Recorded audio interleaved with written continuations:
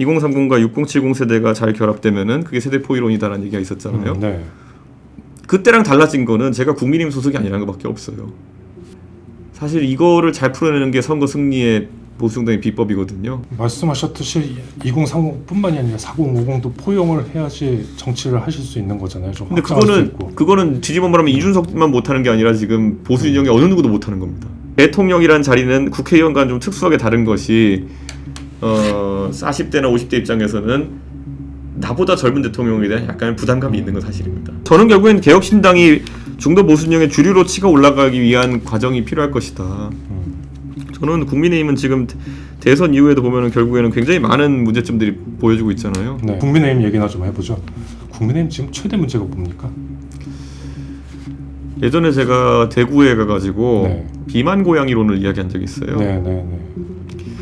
고양이와 호랑이는 종 자체가 다르다. 그렇기 때문에 어릴 때는 다 이렇게 귀엽지만은 어떤 개체는 호랑이가 돼가지고 맹수가 되고 어떤 개체는 고양이인데 가서 꾸역꾸역 먹으면 비만 고양이가 된다. 네. 그다음에 영남의 지지만 있으면은 무조건 원내대표 같은 건 되는 겁니다. TK, PK에서 그냥 원내대표는 자기들 반장선거니까 되는데 당 대표를 하거나 아니면은 대통령 후보가 될 만한 그런 팩이나 박력이 있는 사람들 잘 나오지 않는 거죠. 오 시장이 전당대회 출마를 권하고 또 최근에는 당협위원장들 모이면서 이 의원의 국민의힘 전대 출마 필요성을 얘기했다고 해요. 전대 출마는 오세훈 시장의 뭐 희망사항 정도로 봐야 되겠죠? 네, 그렇죠. 저희는 전혀 뭐 의사가 없습니다. 네. 아무튼 이준석 의원이 좀 2030 세대에 묶여있다, 매여있다라는 얘기도 나와요. 어떻게 생각하세요? 그런 건? 그 4050으로 올라가면은 거기가 민주당의 최고 경고 지지층일 텐데. 네. 그러니까 제가 예를 들어 이렇게 제가 처음에 정치하면서부터 계속 결국 보수적 정치관을 가지고 가는 사람들의 결합을 하려면은 2030과 6070 세대가 잘 결합되면은 그게 세대포 이론이다라는 얘기가 있었잖아요. 네. 그때랑 달라진 거는 제가 국민의힘 소속이 아니라는 것밖에 없어요. 그러니까 제가 만약에 지금 국민의힘 소속이었다 그러면은 2030 플러스 6070까지 해가지고 그 구도를 그대로 가져가면서 2030에 고립된 게 아니라 4050이 고립됐다는 얘기를 하겠죠. 그러니까 그게 지금의 그냥 구도인데요. 이게 예전에도 보면 영국에서도 보수당이 양갈래로 갈라진 지지층을 어떻게 묶어낼 것이냐에 대한 고민을 한 적이 있어요. 그런데 사실 이거를 잘 풀어내는 게 선거 승리의 보수정당의 비법이거든요. 네. 그런데 윤석열 대통령은 이거 진짜 못할 뿐더러 2030 당선을 극우화시키려고 했던 건 사실이죠. 윤석열 대통령이. 저는 그래서 이 윤석열 대통령 얘기를 저도 진짜 하고 싶지 않지만은 대한민국의 죄악 그리고 보수정치 전반의 죄악을 지은 사람입니다. 말씀하셨듯이 2030뿐만이 아니라 4050도 포용을 해야지 정치를 하실 수 있는 거잖아요. 좀 근데 확장할 수 있고. 그거는 뒤집어 말하면 이준석만 못하는 게 아니라 지금 보수 진영의 어느 누구도 못하는 겁니다.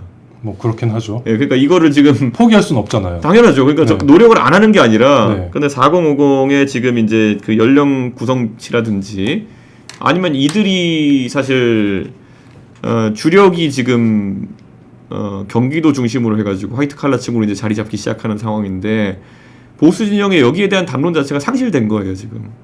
네, 그래서 여기에 소구할 수 없는 상태가 되어버린 것이고 뭐 제가 거대 정당의 대표를 했을 땐 이거를 해결하기 위한 노력들을 많이 했죠. 지금 개혁신당 입장에서는 당력을 동원해가지고 조금 확장해 나가야 되는 것인데 이번에도 지지율표를 대선이다 보니까 특이한 게 뭐냐면 제가 이제 만 40이 됐는데 제 밑으로는 표가 나오고 제 위로는 딱 안 나오잖아요. 네. 그거는 이제 대통령이란 자리는 국회의원과는 좀 특수하게 다른 것이 40대나 50대 입장에서는 나보다 젊은 대통령에 대한 약간 부담감이 있는 건 사실입니다. 우리가 얘기하지만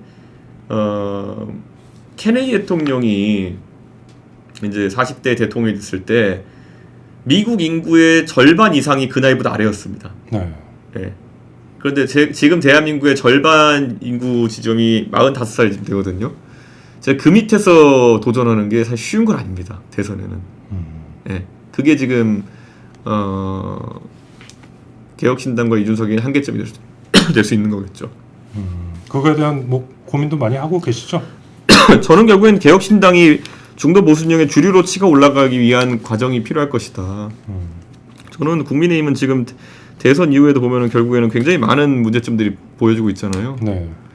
한계성을 너무 저는 잘 알고 있기 때문에 이번에 단일화에도 응하지 않았던 것이고 지금도 선거 끝난 다음에 뭐 합당이 뭐 이런 거 저는 네. 관심이 없는 것이고 의외로 이준석이 그런 거 한번 선을 그으면은 그 다음에 움직임 별로 없습니다. 호사가들은 계속 이거 뭐 저러다 이러겠지 이렇게 얘기했지만 선거 지금까지 때도 그랬죠. 결국에는 하나도 맞은 게 없지 않습니까? 네. 지금까지 이준석의 정치에서 제가 처음에 탈당한다고 해서 탈당 못 할 거야, 네. 뭐 창당 못 할 거야, 그다음에 총선에서 당선 안 될 거야, 다 이걸 뚫으면서 여기까지 온 거 아닙니까? 네. 예. 국민의힘 얘기하셨는데 그 국민의힘 얘기나 좀 해보죠. 국민의힘 지금 최대 문제가 뭡니까? 예전에 제가 대구에 가가지고 네. 비만 고양이론을 이야기한 적이 있어요. 네. 고양이와 호랑이는 종 자체가 다르다. 그렇기 때문에 어릴 때는 다 이렇게 귀엽지만은 이걸 밥을 줬을 때, 밥을 많이 줬을 때 어떤 개체는 호랑이가 돼가지고 맹수가 되고 어떤 개체는 고양이인데 가서 꾸역꾸역 먹으면 비만 고양이가 된다. 네. 국민의힘의 의원 구성이 예를 들어 지금 100명 정도, 107명 정도 된다고 하면요. 영남이 65명입니다. 네. 그리고 비례가 한 20명 됩니다. 그렇게 되는 구조가 네. 되는 거거든요. 그러면은 영남 60명이 100명 중에서 107명 중에서 항상 과반입니다. 네. 그다음에 영남의 지지만 있으면은 무조건 원내대표 같은 건 되는 겁니다. 거기다 비례도 거의 영남 출신이 반 이상이다 보니까 그 사람들이 지금 흔히 말하는 60명의 그 친윤계 이런 구조가 되는 거거든요. 그럼 이분들 입장에서는 자기들끼리 똘똘 뭉쳐 있으면은 원내대표까지는 무조건 됩니다. 그런데 뭔가 세상에 포효할 수 있는 호랑이가 되는 건 불가능한 상황이 되는 거죠. 그게 반복되고 있는 겁니다. TK, PK에서 그냥 원내대표는 자기들 반장선거니까 되는데 당대표를 하거나 아니면은 대통령 후보가 될 만한 그런 패기나 박력이 있는 사람들은 잘 나오지 않는 거죠. 사람이 없다는 말씀이시죠? 일단은 수도권을 포기했으니까 그렇죠. 네. 예. 수도권에서 사실상 요행에 가까운 당선 빼놓고는 분당하고 무슨 뭐 저기 강남 뭐 3구 강남 3구 그다음에 저 포천 가평 네. 양평 접경지 뭐 예. 이런데. 연천 이런 데 빼놓고는 안 되는 거죠. 그렇군요. 저번에 오세훈 서울시장 만나셨잖아요. 네. 만찬하셨는데 오 시장이 전당대회 출마를 권하고 또 최근에는 당협위원장들 모임에서 이 의원의 국민의힘 전대 출마 필요성을 얘기했다고 해요. 오 시장님이 뭐 네. 누구보다 저를 아끼시는 분이니까 당연히 안타까우신 거죠? 선의로 말씀하시는 거고 그런데 오 시장님 입장에서도 내년 지방선거에 대한 고민이 많으실 거라 봅니다. 예. 내년 위험하죠. 지방선거를 앞두고 보수 진영이 적어도 진영 재편이나 아니면은 진용을 정리하지 않으면은 어떤 상황이 발생할까에 대해서 우려가 많으신 것 같아요. 걱정 많죠. 예. 그런데 결국에는 보수 정당이 그러니까 이렇게 생각하시면 돼요. 박근혜 대통령이 2012년에 총선과 대선을 승리한 이후에 그 다음부터 2014년 지방선거부터 2016년 총선 거기서 쭉 내리십니다. 2012년부터 네. 지금 2025년까지 13년 동안 다 져요. 근데 그 사이에 딱 3개의 선거를 이긴 게 뭐냐면은 김종인, 이준석이 같이 치렀던 오세훈, 박형준 보궐선거, 그 다음에 대선, 그 다음 지선을 3연타로 이깁니다. 네. 그거를 가장 잘하는 게 오 시장님이시죠. 어떻게 했을 때 승리를 가져올 수 있겠구나라는 걸 그렇죠. 아시니까. 결국에는 이준석, 김종인 항상 욕먹고 앞에 치고 나간 역할을 하면서도 승리를 가져온다. 제가 항상 이런 얘기 하거든요.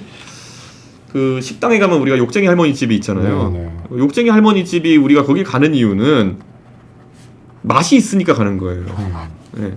예를 들어 욕쟁이 할머니인데 맛이 없어요. 못 가죠. 안 가죠. 갈 이유가 없죠. 왜 욕을 네. 먹으러 갑니까 거기에? 네. 또는 그냥 식당에 가서 그냥 욕 안 먹고 맛있는 데도 갈 수 있어요.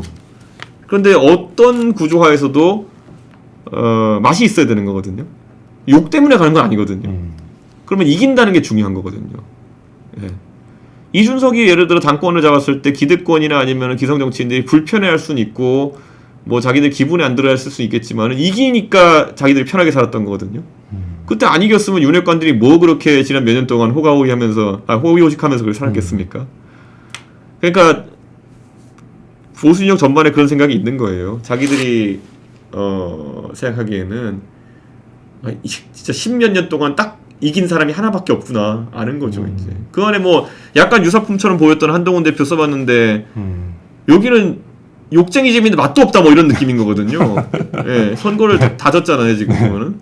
그러니까 욕쟁이 맛없는 집이 돼버리면 곤란하니까. 그렇죠. 박근혜 대통령을 모셔올 수는 없고 그러니까요. 그러니까 예. 어쨌든 뭐 전대 출마는 오세훈 시장의 뭐 희망사항 정도로 봐야 되겠죠. 예, 그렇죠. 저희는 전혀 뭐 의사가 없습니다. 네. 아무튼 지방선거 얘기가 나와서 말인데 네.